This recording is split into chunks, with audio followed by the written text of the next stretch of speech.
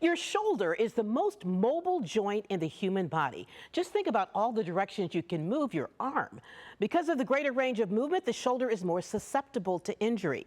But the team at Mercy Health can help you develop a treatment that works best for you. My name is Samer Hassan. I'm an orthopedic surgeon with Mercy Health Orthopedic and Sports Medicine.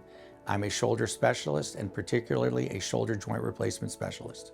The leading causes of shoulder pain really depend on the age of the patient. So I have young patients that play sports and they may have pain after a dislocation or a separation where their ball comes out of the socket or they separate their shoulder. They may also have a contusion or a bone bruise, and those things often do get better over time. As we get older, you'll see patients with rotator cuff problems. It can be impingement or irritation of the rotator cuff, and then over time through wear and tear, the rotator cuff tendon may fail or tear.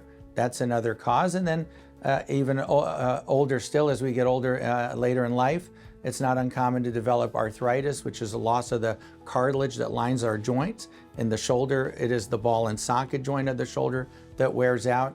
And sometimes for that, we do a shoulder replacement, which is a widely successful operation. Just like in the knee and the hip, you do a knee replacement or a hip replacement.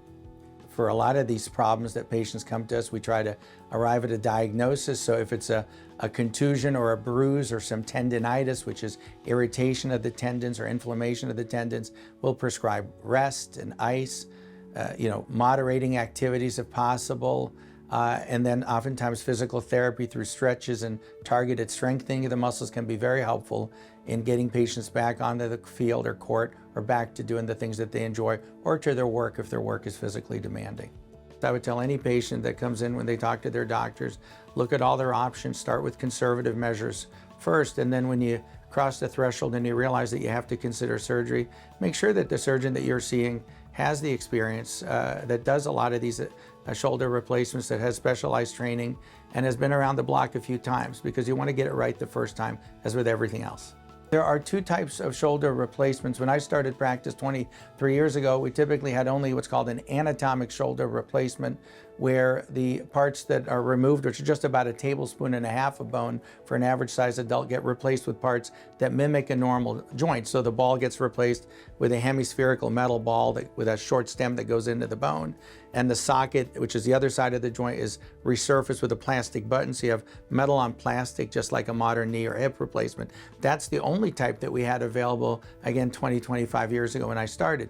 There is another type of shoulder replacement, as some folks may have heard of, called a reverse shoulder replacement, which is something that we consider in patients either with really bad fractures or in patients who have rotator cuff dysfunction, because the way the joint is designed, it allows the arm to move well even when the rotator cuff tendons that normally envelop the arm aren't working.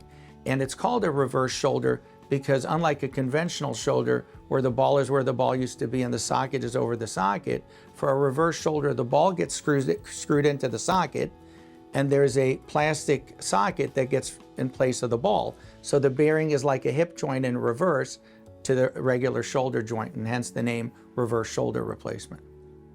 The surgery takes just over an hour. It's approached through an incision along the front of the shoulder, about 4 inches long. We're working right between the muscles, so there's really very little collateral damage, very little blood loss.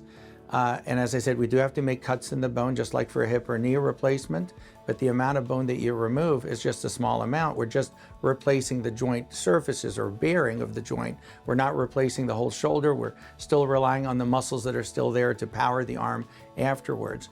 And so we put in our parts precisely. We often rely on preoperative CT scanning to get a really good idea of the three-dimensional shape of the joint, so we can make very precise cuts. And so the parts are put in exactly where we want them to be. And we close up the wound really nicely in a layered closure. The whole process, again, takes just over an hour, and patients will recover in the recovery room and then go home.